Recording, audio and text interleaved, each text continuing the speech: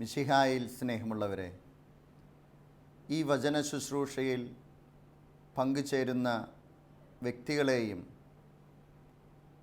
കുടുംബങ്ങളെയും സ്ഥലസമൂഹങ്ങളെയും ഈശോ സമൃദ്ധമായി അനുഗ്രഹിക്കട്ടെ. പരിശുദ്ധ അമ്മയോട് ചേർന്ന് നമുക്കും പ്രാർത്ഥിക്കാം. നന്മ നിറഞ്ഞ മറിയമേ സ്വസ്തി, കർത്താവ് അങ്ങയോടുകൂടെ സ്ത്രീകളിൽ അങ്ങ് അനുഗ്രഹിക്കപ്പെട്ടവളാകുന്നു. അങ്ങയുടെ ഉദരത്തിൻ്റെ ഫലമായ ഈശോ അനുഗ്രഹിക്കപ്പെട്ടവനാകുന്നു. പരിശുദ്ധ മറിയമേ തമ്പുരാൻ്റെ അമ്മേ, പാപികളായ ഞങ്ങൾക്ക് വേണ്ടി ഇപ്പോഴും ഞങ്ങളുടെ മരണസമയത്തും തമ്പുരാനോട് അപേക്ഷിച്ചു കൊള്ളണമേ. ആമേൻ. സ്നേഹമുള്ളവരെ, 2 മക്കബായരുടെ പുസ്തകം 5-ാം അധ്യായം 19-ാം തിരുവചനം. കർത്താവ് വിശുദ്ധ സ്ഥലത്തിനു വേണ്ടി ജനത്തെ തിരഞ്ഞെടുക്കുകയല്ല, ജനത്തിനു വേണ്ടി സ്ഥലം തിരഞ്ഞെടുക്കുകയാണ് ചെയ്തത്. കർത്താവ് വിശുദ്ധ സ്ഥലത്തിനു വേണ്ടി ജനത്തെ തിരഞ്ഞെടുക്കുകയല്ല, ജനത്തിനു വേണ്ടി സ്ഥലം തിരഞ്ഞെടുക്കുകയാണ് ചെയ്തത്. കർത്താവിൻ്റെ പ്രിയപ്പെട്ട ജനത, തിരഞ്ഞെടുക്കപ്പെട്ട ജനം, അവർക്ക് വേണ്ടി കർത്താവ് സ്ഥലമൊരുക്കുന്നു. പഴയ നിയമത്തിൽ നമ്മൾ വായിക്കുന്നു, കർത്താവിൻ്റെ നിറസാന്നിധ്യമായിരുന്ന വാഗ്ദാന പേടകം സംവഹിച്ചുകൊണ്ടുള്ള യാത്രയായിരുന്നു അവർക്കുണ്ടായിരുന്നത്. അവർ യുദ്ധം ചെയ്യാൻ പോകുമ്പോഴും, അവർ മരുഭൂമിയിലൂടെ യാത്ര ചെയ്തപ്പോഴും, ജോർദാൻ കടന്നപ്പോഴും കർത്താവിൻ്റെ വാഗ്ദാന പേടകം അവരോട് കൂടെയുണ്ടായിരുന്നു. ദൈവത്തിൻ്റെ സാന്നിധ്യത്തിൽ ജീവിച്ചിരുന്ന ഒരു ജനത, ദൈവം മുന്നോട്ട് നയിച്ചു കൊണ്ടുപോയിരുന്ന ഒരു സമൂഹം. അങ്ങ് ഞങ്ങളെ നയിക്കുന്നില്ല എങ്കിൽ ഞങ്ങൾ മുന്നോട്ട് പോവുകയില്ല എന്ന് വാശി പിടിക്കുന്ന മോശ. ദൈവമാണ് അവരെ നയിച്ചു കൊണ്ടിരുന്നത്. ദൈവത്തിൻ്റെ സാന്നിധ്യത്തിലാണ് അവരുടെ ജീവിതക്രമം തന്നെ മുന്നോട്ട് പോയിക്കൊണ്ടിരുന്നത്. ദൈവത്തിൻ്റെ സാന്നിധ്യത്തിൽ, ദൈവം നയിക്കുന്നതിൽ സംതൃപ്തമായിരുന്ന ഒരു ജനത. കാലങ്ങൾ, വർഷങ്ങളേറെ കഴിഞ്ഞപ്പോൾ അവർ ആവശ്യപ്പെടുന്നു, ഞങ്ങൾക്കൊരു രാജാവിനെ വേണം. അങ്ങനെ ജനതകളുടെ ആവശ്യത്തെ പ്രതി ബെഞ്ചമിൻ ഗോത്രത്തിൽ നിന്ന് സാവൂൾ രാജാവാകുന്നു. ദൈവത്തിനെതിരെ അനിഷ്ടകരമായ കാര്യങ്ങൾ പ്രവർത്തിച്ചതുകൊണ്ട് സാവൂൾ തിരസ്കൃതനാകുന്നു.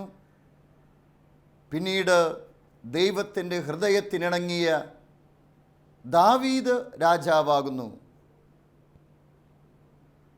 ദാവീദ് ആഗ്രഹിച്ചു, ദൈവത്തിൻ്റെ നിറസാന്നിധ്യം എപ്പോഴും ഉൾക്കൊള്ളുന്ന ഒരു ദേവാലയം, ദൈവസാന്നിധ്യത്തിൻ്റെ നിറസാന്നിധ്യമായൊരു ദേവാലയം നിർമ്മിക്കാൻ. ദാവീദിന് അത് കഴിഞ്ഞില്ല. പിന്നീട് ദാവീദിൻ്റെ പുത്രനായ സോളമനാണ് ദേവാലയം പണി കഴിപ്പിക്കുന്നത്. 1 രാജാക്കന്മാരുടെ പുസ്തകം 8-ാം അധ്യായം 22 മുതൽ 61 വരെയുള്ള തിരുവചനങ്ങൾ. സോളമൻ്റെ പ്രാർത്ഥനയെന്നാണ് ആ തിരുവചന ഭാഗത്തിൻ്റെ തലക്കെട്ട് തന്നെ. മനോഹരമായ ദേവാലയം, ദൈവത്തിനു വേണ്ടി നിർമ്മിച്ച മനുഷ്യനിർമ്മിതമായ ദേവാലയം, മനുഷ്യൻ്റെ കരങ്ങൾ കൊണ്ട് പല സ്ഥലങ്ങളിൽ നിന്നും വസ്തുക്കൾ കൊണ്ടുവന്ന് കമനീയമായ ഒരു ദേവാലയം സോളമൻ ദൈവത്തിന് വേണ്ടി നിർമ്മിച്ചിരിക്കുന്നു. മനുഷ്യനിർമ്മിതമായ ദേവാലയത്തിൽ ആയിരുന്നു കൊണ്ട് സോളമൻ പ്രാർത്ഥിക്കുന്നുണ്ട്. സോളമൻ കരങ്ങളുയർത്തി ദൈവത്തിൻ്റെ സന്നിധിയിൽ പ്രാർത്ഥിക്കുന്നു. ഇന്നും ഈ കാലഘട്ടത്തിലും ഒത്തിരിയേറെ പുതിയ ദേവാലയങ്ങൾ നമ്മുടെ നാട്ടിൻപുറങ്ങളിലും നമ്മുടെ പരിസരങ്ങളിലും അല്ലെങ്കിൽ നമ്മുടെ ഇടവക ദേവാലയങ്ങളൊക്കെ പുതുക്കി പണിയുന്ന കാലഘട്ടത്തിലാണല്ലോ നമ്മളായിരിക്കുന്നത്. മനുഷ്യനിർമ്മിതമായ ദേവാലയങ്ങൾ, മനുഷ്യനിർമ്മിതമായ ദേവാലയത്തിലായിരുന്നു കൊണ്ട് ഇതാ രാജാവ് കരങ്ങളുയർത്തി പ്രാർത്ഥിക്കുന്നു. രാജാവ് ആദ്യമേ പറയുന്നത് ഇപ്രകാരമാണ്: അങ്ങയെ ഉൾക്കൊള്ളുവാൻ സ്വർഗത്തിനും സ്വർഗത്തിനും അസാധ്യമെങ്കിൽ ഞാൻ നിർമ്മിച്ച ഈ ഭവനം എത്ര അപര്യാപ്തമാണ്. അങ്ങയുടെ സാന്നിധ്യവും അങ്ങയുടെ മഹത്വവും ഉൾക്കൊള്ളുവാൻ ഈ ദേവാലയം പോരല്ലോ എന്ന് പ്രാർത്ഥിക്കുന്ന സോളമനെ നമ്മൾ കാണുന്നു. സോളമൻ ആദ്യമേ തന്നെ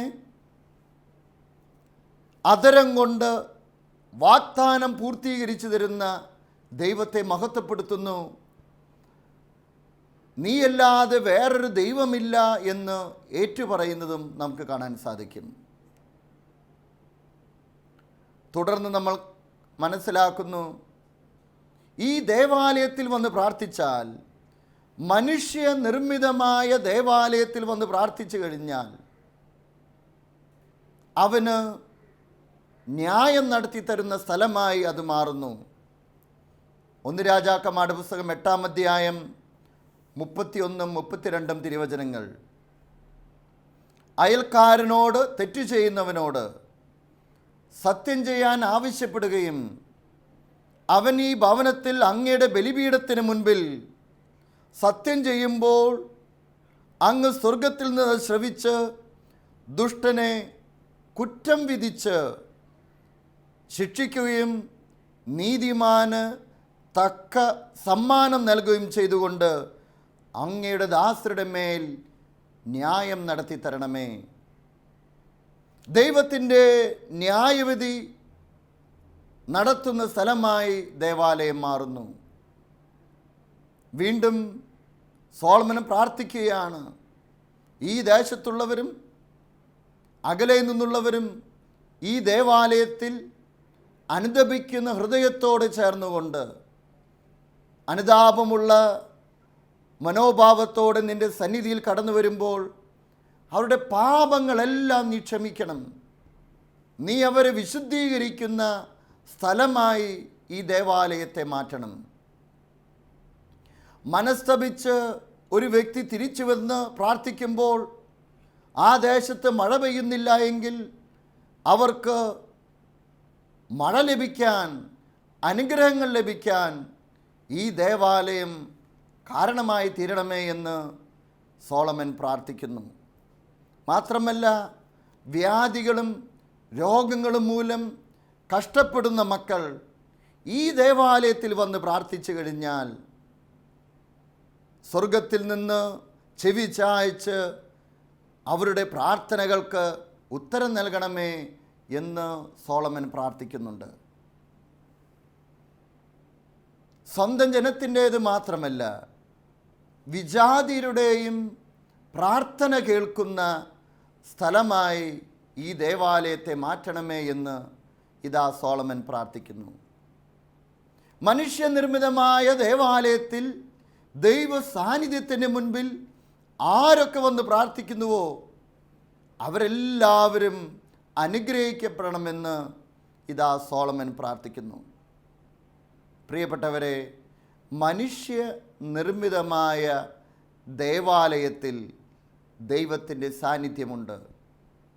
അവിടെ ആര് വന്ന് പ്രാർത്ഥിച്ചു കഴിഞ്ഞാലും അവർക്ക് അനുഗ്രഹമുണ്ടാകും എന്നുള്ള കാര്യത്തിൽ തർക്കമില്ല.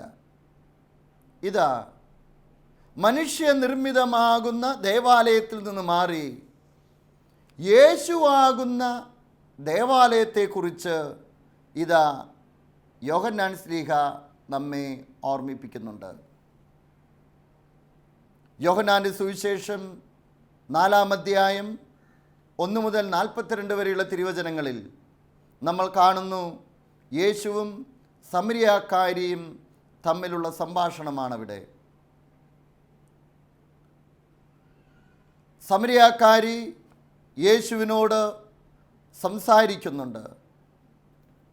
യേശുവിനോട് സംസാരിക്കുമ്പോൾ സമരിയാക്കാരി പറയുന്നു, അവരുടെ പാരമ്പര്യമനുസരിച്ച് എവിടെയാണ് ആരാധന നടത്തേണ്ടത് എന്നുള്ളതിനെക്കുറിച്ച്. യോഹന്നാൻ്റെ സുവിശേഷം 4-ാം അധ്യായം 20-ാം തിരുവചനം, ഞങ്ങളുടെ പിതാക്കന്മാർ ഈ മലയിൽ ആരാധന നടത്തി, എന്നാൽ യഥാർത്ഥമായ ആരാധന സ്ഥലം ജെറൂസലേമിലാണ് എന്ന് നിങ്ങൾ പറയുന്നു. ഈശോ അതിനെ മാറ്റിമറിക്കുകയാണ്. ഈശോ ഒരു ഡിസ്പ്ലേസ്മെൻറ്റ് നടത്തുകയാണ്, ഒരു പകരം വയ്പ് നടത്തുകയാണ്. ഈശോ പറയുന്നു, യോഹന്നാൻ്റെ സുവിശേഷം 4-ാം അധ്യായം 23-ാം തിരുവചനം, എന്നാൽ യഥാർത്ഥ ആരാധകർ ആത്മാവിലും സത്യത്തിലും പിതാവിനെ ആരാധിക്കുന്ന സമയം വരുന്നു, അല്ല അതിപ്പോൾ തന്നെയാണ്. യേശുവാകുന്ന ദേവാലയത്തിലാണ് യേശുവിലൂടെ പിതാവായ ദൈവത്തിന് ആരാധന നടത്തേണ്ടത് എന്ന് ഈശോ പഠിപ്പിക്കുന്നു. യോഹന്നാൻ്റെ സുവിശേഷം 2-ാം അധ്യായത്തിൽ ദേവാലയത്തെ വിശുദ്ധീകരിക്കുന്നത് നമ്മൾ കാണുന്നല്ലോ. അവിടെ നമ്മൾ ഇങ്ങനെ വായിക്കുന്നു, 2-ാം അധ്യായം 19-ാം തിരുവചനം, മനുഷ്യനിർമ്മിതമായി ദേവാലയം നശിപ്പിക്കുക,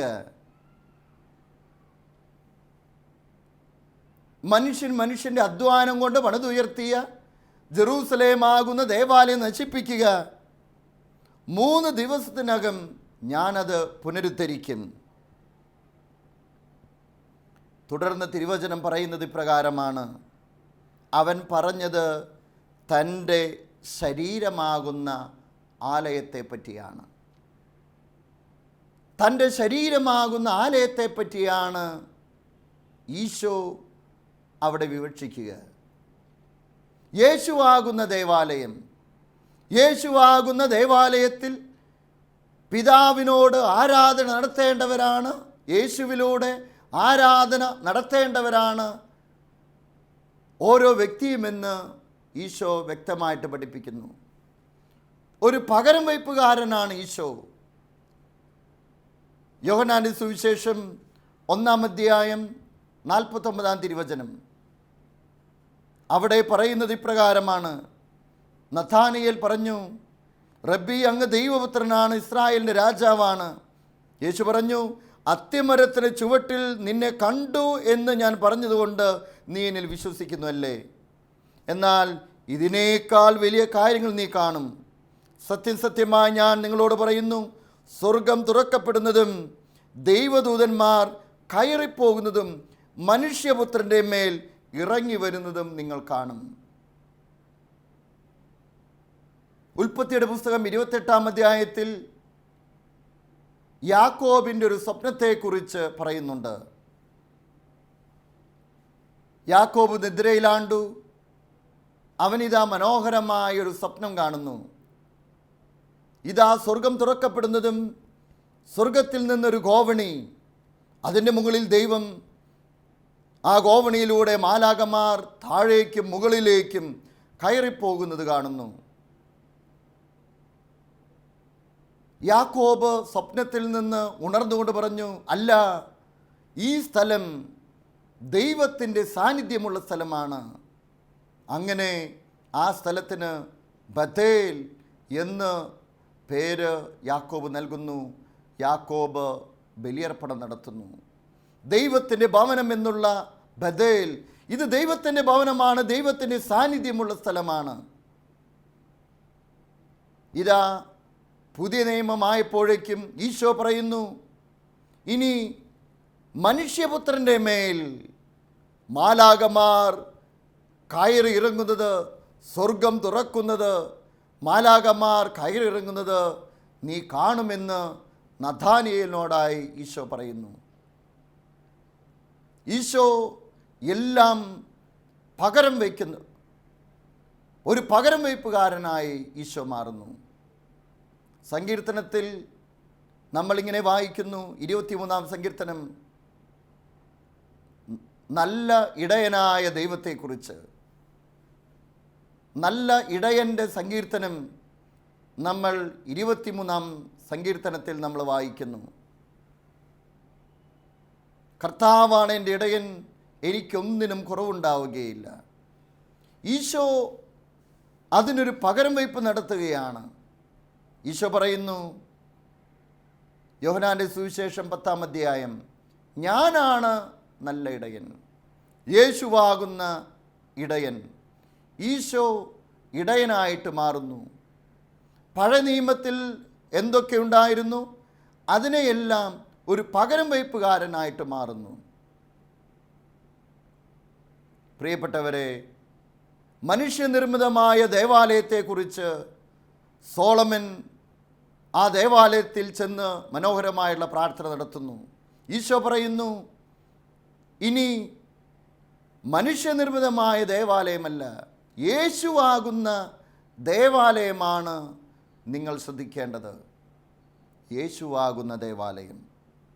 അതുകൊണ്ട് പഴയ നിയമത്തിലുള്ളതെല്ലാം ഈശോ യേശുവിലേക്ക്, തന്നിലേക്ക് മാറ്റുന്നതായി യോഹന്നാൻ്റെ സുവിശേഷത്തിലൂടെ നമ്മൾ മനസ്സിലാക്കുന്നു.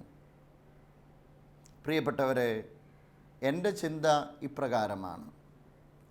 മനുഷ്യനിർമ്മിതമായ ദേവാലയത്തെക്കുറിച്ച് 1 രാജാക്കന്മാർ 8-ാം അധ്യായം 22 മുതലുള്ള തിരുവചനം പറയുന്നു. യേശുവാകുന്ന ദേവാലയത്തെക്കുറിച്ച് യോഹന്നാൻ്റെ സുവിശേഷം 2-ാം അധ്യായം 21-ാം തിരുവചനം പറയുന്നു.